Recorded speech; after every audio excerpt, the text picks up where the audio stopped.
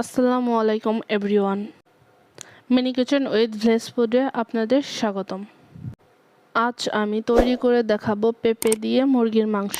এই রেসিপিটি আপনাদের সাথে শেয়ার করব। আই হোপ রেসিপিটি আপনাদের ভালো লাগবে। তাহলে চলুন আজকের রান্নাটি শুরু করি। প্রথমে একটা ফ্রাই প্যানে পরিমাণ মতো তেল দিয়ে দিব।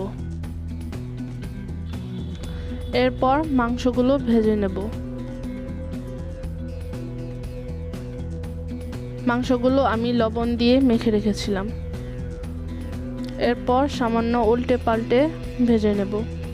এই মাংসটা বেশি ভাজার দরকার নেই, একটু লালচে করে ভেজে নেব। মাংসগুলো এক সাইডে লালচে হয়ে এসেছে, এরপর উল্টে দেব।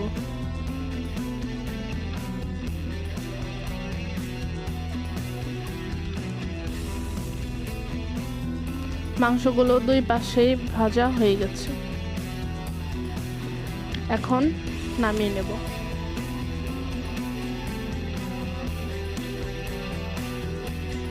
একটা বাটিতে বেড়ে নিচ্ছি।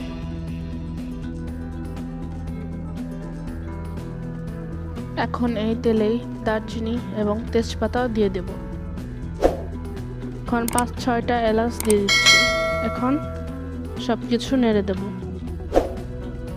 এখন পরিমাণ মতো পেঁয়াজ কুচি দিয়ে দিচ্ছি। পেঁয়াজ কুচি দিয়ে নেড়ে দেব।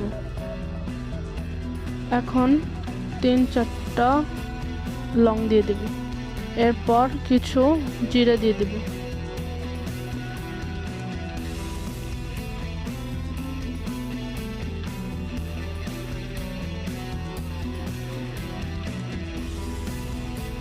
এরপর জিরা বাটা দেব, রসুন বাটা, আদা বাটা দিয়ে দেব।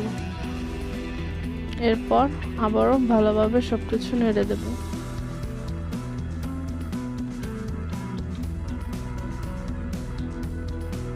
এখন মরিচের গুঁড়ো দেব, হলুদের গুঁড়ো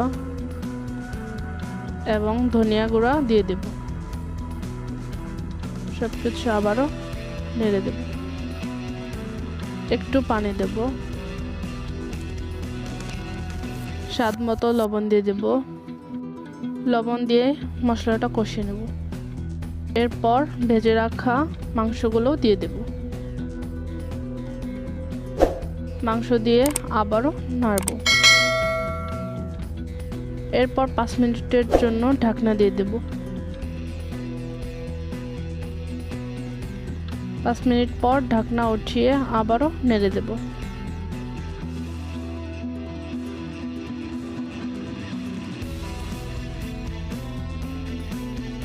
মাংসটা ভালো করে কষিয়ে নেব। এখানে আগে থেকে পেঁপেগুলো ভাপ দিয়ে রেখেছি, সেগুলো দিয়ে দেব। পেঁপে দিয়ে মাংসগুলো আবারও ভালোভাবে কষিয়ে নেব।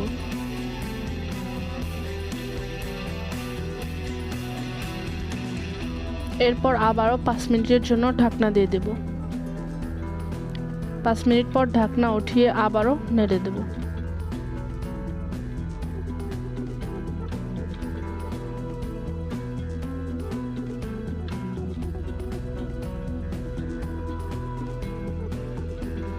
এখন পরিমাণ মতো পানি দিয়ে দেব।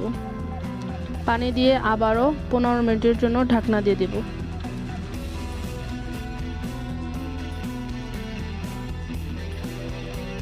পনেরো মিনিট পরে ঢাকনা উঠিয়ে আবারও নেড়ে দেব।